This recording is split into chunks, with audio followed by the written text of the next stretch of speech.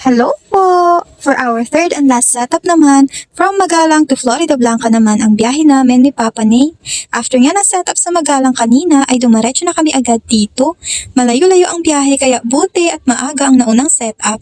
Then natapos din kami agad. Then ito naman ay for afternoon pa. Then before lunch ay nakabiyahe na kami papunta dito. We are here pala at Apolitas Private Resort located at Florida Blanca for a first birthday setup in construction team. Subcon setup lang pala ito from my first time new tie-up supplier na naman. Nagde-decor din si ma'am, kaya lang ay nagka-emergency daw kaya ipinasa sa akin ang setup.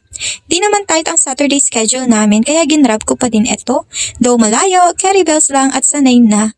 Bulacan at Tarlac nga nakakaabot ang mga persons, Florida pa kaya.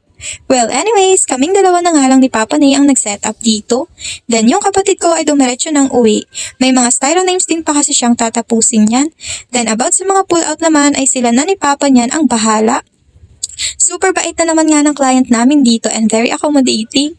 First time na naman nga namin ang theme na to kaya bago yung Chibi Construction Little Boy styro namin. And ang cute nga. Then after setup and kumain nga ay di na din kami umuwi niyan dahil sa layo nga netong venue.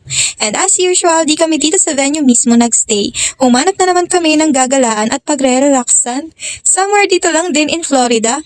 Nag-search ka lang ako on Google and I found na Buklod Mountain Views. Doon nga ako nagaya kay Papa Ney. Akyat bundok nga na naman iyon. Na-upload ko na nga ang vlog na yon sa separate personal vlog page namin. Sana ay napanood nyo na nga din. And ayun, at doon nga kami nagpalipas ng oras habang naghihintay niyan matapos itong event.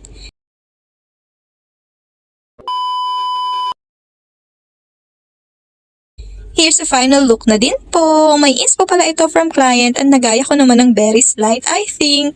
Ang cute nga ng kinalabasan and ayun lang naman po. Thank you po and bye-bye!